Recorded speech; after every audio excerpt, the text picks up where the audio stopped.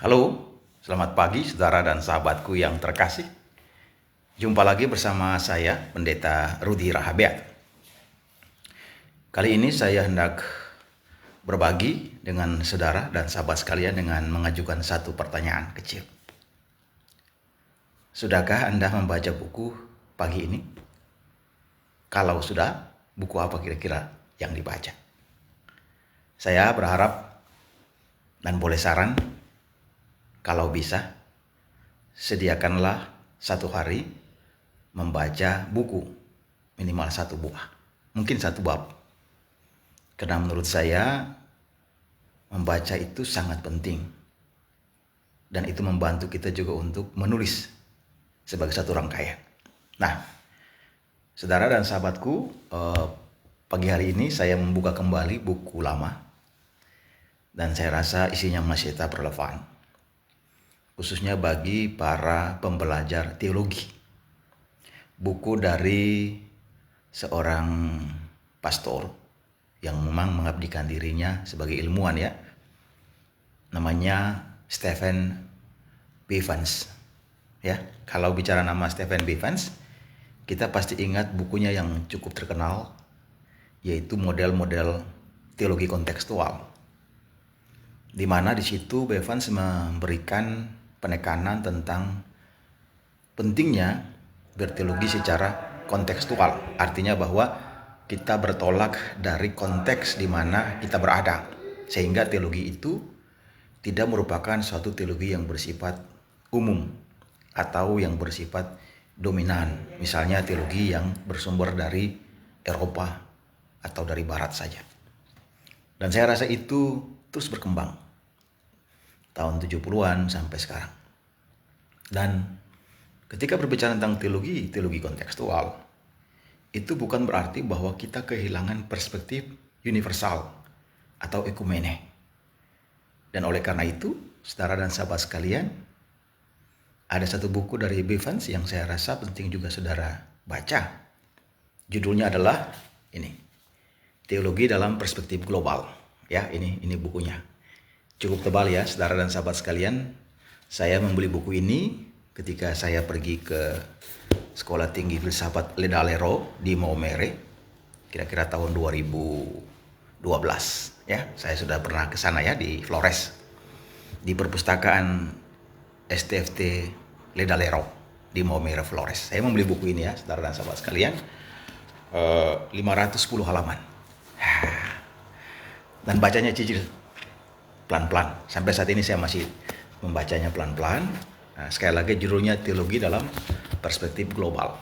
Nah, ini satu buku yang melengkapi buku pertama tadi, yaitu model-model teologi kontekstual, di mana Bevans memberikan penekanan tentang perspektif yang bersifat global. Artinya bahwa kita memang akan bertolak dari konteks masing-masing. Katakanlah misalnya kita di Indonesia, atau lebih khusus lagi di Maluku, ya, kita akan menggali, mengeksplor konteks kita. Saya ingat satu disertasi yang bagus dari Profesor John Ruhulesin, judulnya tentang etika publik, menggali dari tradisi Pela di Maluku Tengah. Nah, itu contoh teologi kontekstual. Menggali dari tradisi budaya lokal dan mengangkatnya kepada level global atau publik, ya. Nah, di dalam buku Bevans ini, yang dia maksudkan dengan teologi berperspektif global adalah teologi yang utuh. Artinya bahwa kita tidak hanya membicarakan sesuatu yang lokal tanpa melihat pada wilayah-wilayah yang lain, ya, supaya kita bisa melakukan komparasi dan kita juga bisa melakukan refleksi yang lebih meluas tetapi sekaligus mendalam. Teologi yang bersifat global juga membuka diri untuk mempergunakan disiplin ilmu-ilmu yang lain. Jadi, kalau kita bicara tentang teologi kontekstual, bahkan teologi global, maka paling kurang ada 3, 4, atau 5 sumber. Tentu sebagai umat Kristiani, sumber yang pertama menurut Bevans adalah Alkitab. Yang kedua adalah tradisi gereja, di dalamnya sejarah. Ya, kita tidak mungkin belajar teologi hari ini tanpa membaca tradisi dan sejarah di masa lalu. Yang ketiga, menurut B. Evans, teristimewa bagi orang-orang Katolik, sumber teologi adalah magisterium. Itu merupakan dokumen-dokumen gereja yang dihasilkan oleh gereja Katolik melalui lembaga kepausan, misalnya. Ya, ajaran sosial gereja, ya. Demikian juga produk-produk yang dihasilkan oleh paus dalam sejarah dan seterusnya. Dan Bevans juga mengatakan bahwa sumber teologi yang juga valid adalah pengalaman pribadi. Setiap orang memiliki pengalaman pribadi dengan Tuhan. Ya. Dan yang berikut adalah pengalaman komunitas atau komunal. Jadi selain pengalaman pribadi, tapi pribadi itu dalam komunitas atau dalam komunal. Sehingga pengalaman bersama itu juga dapat dilihat sebagai sumber teologi. Dan yang lain tentu saja saudara dan sahabat sekalian adalah ilmu pengetahuan. Teristimewa ilmu pengetahuan sosial. Sosiologi, antropologi, psikologi, filsafat. Itu merupakan ilmu-ilmu yang sangat membantu untuk membangun satu teologi yang kontekstual dan global. Nah, bagaimana? Bagaimana posisi dan kondisi kita hari ini dalam hal berteologi? Tentu, saudara dan sahabat sekalian, ingat bahwa ketika berbicara tentang teologi, itu juga harus kita kaitkan dengan tindakan. Jadi teologi tidak hanya rumusan abstrak, tetapi juga tindakan. Makanya disebut berteologi, doing teologi. Jadi teologi itu harus dihidupi. Teologi itu harus mewujud di dalam tindakan-tindakan praksis sehari-hari. Kalau tidak, itu namanya teologi menara gading. Jadi para ilmuwan hanya menghasilkan teori-teori, konsep-konsep, tapi konsep-konsep itu tidak pernah diaplikasikan atau diuji di dalam realitas sosial, politik, budaya, ekonomi, dan sebagainya. Ya, dunia semakin global, kita harus membuka diri untuk saling belajar. Ya, tetapi jangan sampai kita juga lupa kepada akar budaya kita. Itu Bevans juga sangat menekankan aspek itu. Nah, saya jadi ingat ya, saudara dan sahabat sekalian, kalau saya lihat-lihat lagi tentang bagaimana kerja teologi kontekstual, ya misalnya, maka ada satu istilah yang penting di sini yaitu captive mind. Captive mind, saya diterjemahkan sebagai pikiran yang terpenjara, ya, atau terjemahan yang lain. Tapi captive mind adalah salah satu istilah yang digunakan oleh salah seorang ilmuwan sosial namanya Alatas. Dan dia mengatakan bahwa pikiran orang-orang Asia atau dunia ketiga cenderung terpenjara atau terikat kepada konsep-konsep pemikiran dari Barat. Nah, ini satu hal yang bisa menggelisahkan juga ya, supaya kita jangan terpenjara dengan konsep-konsep yang dianggap sudah baku, sudah final. Padahal mungkin itu tidak bersumber kepada budaya kita, akar budaya kita.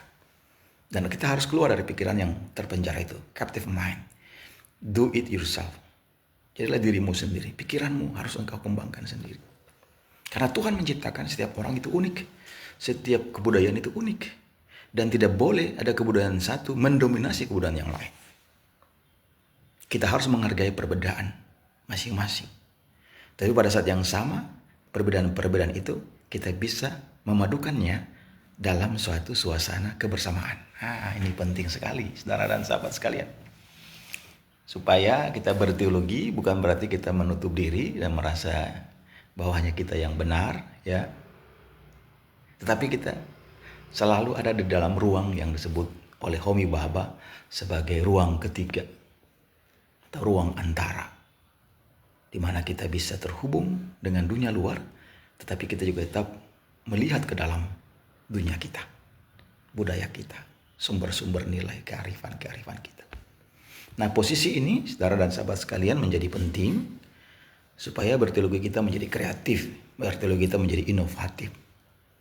Kita tidak tersandra oleh teologi-teologi tertentu saja, tapi kita terus mengembangkan apa yang menjadi ciri khas dari kebudayaan kita, masyarakat kita, perubahan-perubahan sosial yang sedang terjadi, kita respons. Contoh, salah satu contoh ya, menurut Bevans dia mengatakan bahwa rasanya tidak mungkin kalau kita ingin mengeksplor isu feminisme atau gender, ya, dan itu dikerjakan oleh laki-laki.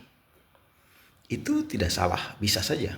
Tetapi lebih tepat kalau isu itu dikerjakan oleh kawan-kawan perempuan. Kenapa? Karena mereka yang menghidupinya, mereka yang mengalaminya, mereka yang merasakannya. Contoh kita bicara tentang teologi rahim misalnya.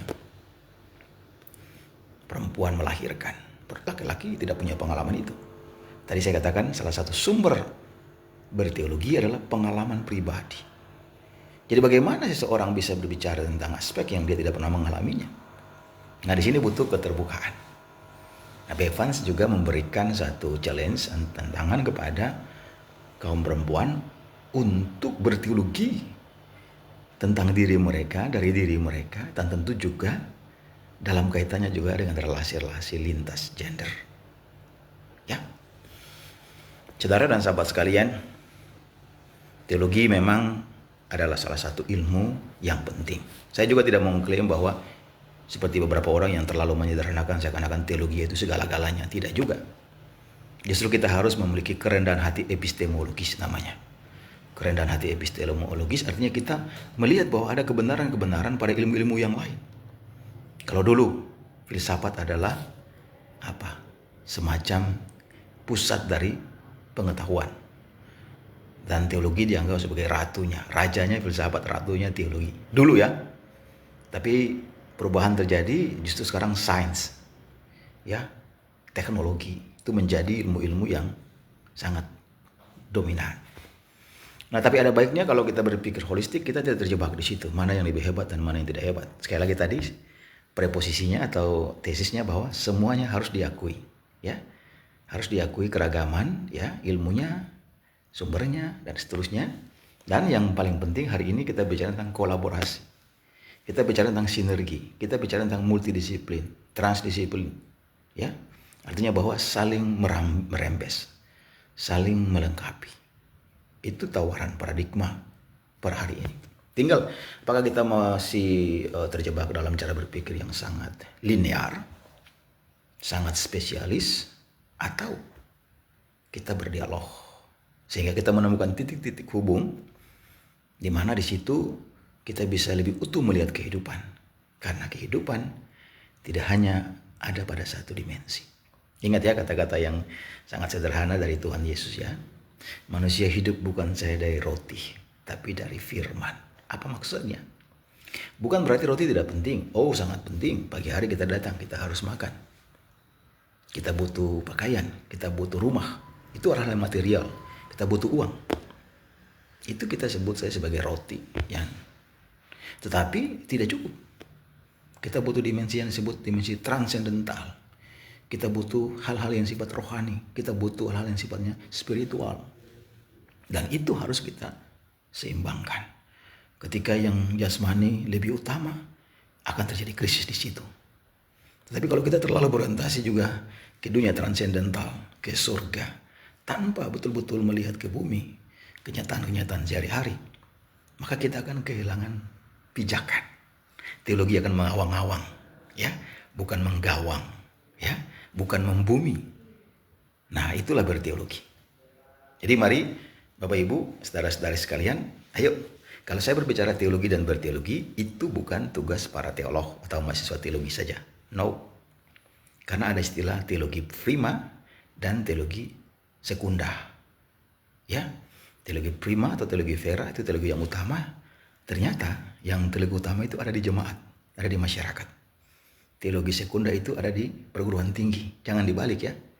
Nah, kadang-kadang hari ini kita berpikir teologi itu aja di perguruan tinggi, di kampus-kampus, teologi itu teologi prima. Padahal teologi prima yang sebenarnya ada di lapangan, ada di masyarakat. Nanti para ahli mengekstrak pengalaman lapangan itu, mengabstraksikannya, dan menghasilkan rumusan-rumusan yang kita identifikasi sebagai teologi ini, teologi itu, dan seterusnya. Tetapi teologi yang sejati ada di masyarakat, ada di jemaat, ya, dan berteologi juga ada di situ. Jadi teologi dan berteologi itu sesuatu hal yang seperti dua sisi dari satu mata uang.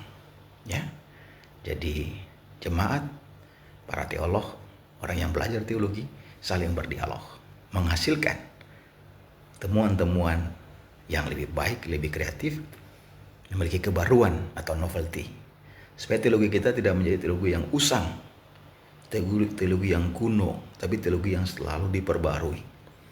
Eklesia reformanda, gereja yang diperbarui oleh apa?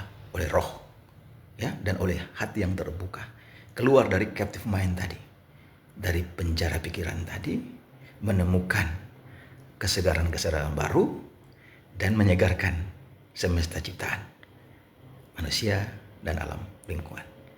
Demikian saudara dan sahabat sekalian, terima kasih. Sampai jumpa lagi. Tuhan memberkati.